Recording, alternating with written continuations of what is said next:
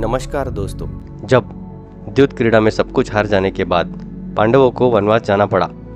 जिस वन में पांडव रह रहे थे उसी वन में कुछ दिन के बाद दुर्योधन अपनी सेना और मामा शकुनी एवं कर्ण तथा अपने भाइयों के साथ वहां पांडवों को नीचा दिखाने के लिए आ गए।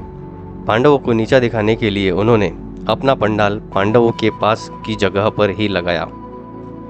इसी बीच चित्रसेन गंधर्व की एक राजकुमारी से कौरव राजकुमार ने छेड़छाड़ की तो चित्रसेन ने दुर्योधन से रुष्ट होकर उस पर आक्रमण करके उसे बंदी बना लिया।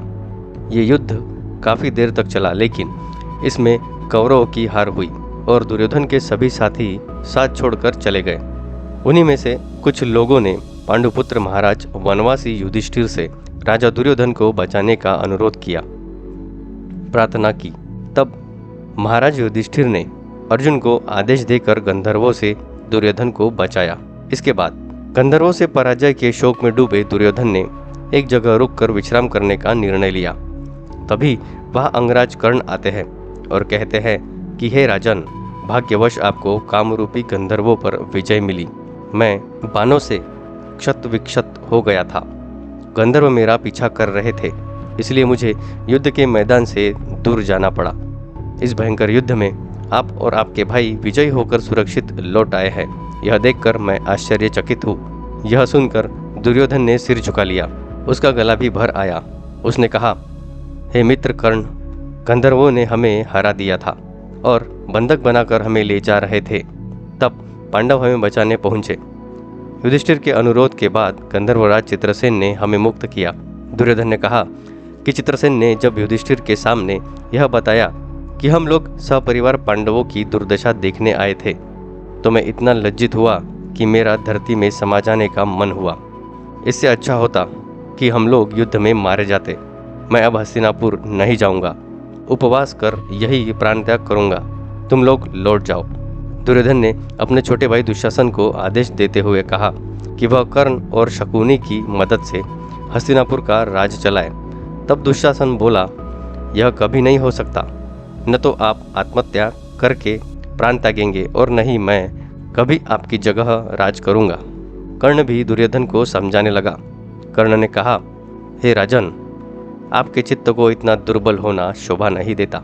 यदि पांडवों ने आपको मुक्त कराया भी है तो इसमें लज्जा की क्या बात है। पांडव भी आपके परिवार के ही सदस्य है, आपके ही राज्य के निवासी है, इसलिए ही आपकी सहायता को भागे भागे आए। शकुनी ने भी दुर्योधन को समझाया कि वह आत्महत्या का विचार त्याग दे, लेकिन दुर्योधन पर कोई असर नहीं हुआ। उसने उपवास करके प्राण त्यागने का इरादा नहीं छोड़ा। उसके बाद दुर्योधन ने आचमन कर खुद को शुद्ध किया और कुश वस्त्र धारण करके स्वर्ग लाभ की कामना के साथ कुश शैया पर लेट गया। अब दुर्योधन को बचाने का बीड़ा दानवों ने उठाया, जो देवों से पराजित होकर पाताल में वास कर रहे थे।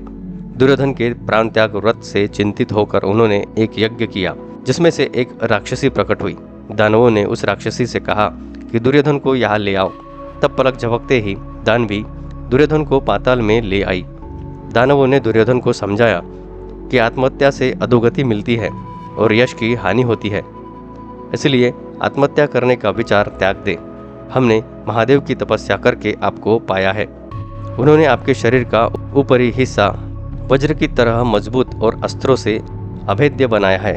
पार्वती माता ने आपके शरीर के निचले हिस्से को पुष्प की तरह कोमल बनाया है। आप महेश्वर और महेश्वरी द्वारा निर्मित है, इसलिए आप दिव्य पुरुष है। आपकी सहायता के लिए दानवों ने भूलोक में जन्म लिया है।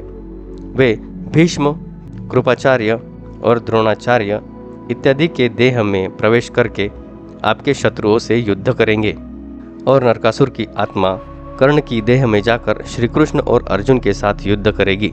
हमने राक्षसों को प्राण न्यौछावर करने वाले योद्धाओं के रूप में तैयार किया है, जो अर्जुन का वध करेंगे। आप शत्रुहीन होकर पृथ्वी पर राज करेंगे, इसलिए शोक छोड़कर अपने घर जाइए। अगर पांडवों के साथ देवता है तो हम आपके साथ हैं। दानवों ने दुर्योधन को धाड़स बंधाते हुए आलिंगन किया। राक्षसी ने उसे वहीं पहुंचा दिया जहां से वो उसे लाई थी। इस तरह का स्वप्न देखने के बाद दुर्योधन को दृढ़ विश्वास हो गया कि पांडव युद्ध में पराजित होंगे। इसके बाद मित्र कर्ण के अनुरोध पर दुर्योधन ने प्राणत्याग का विचार छोड़ दिया और पूरे दल के साथ हस्तिनापुर लौट गया। दोस्तों, उम्मीद करते हैं कि आपको ये वीडियो अच्छा लगा होगा। अगर आपको ये जानकारी अच्छी लगी हो तो कमेंट करके ज़रूर बताना। इस वीडियो को लाइक करना मत भूलना और हमारे चैनल को सब्सक्राइब ज़रूर करना। धन्यवाद।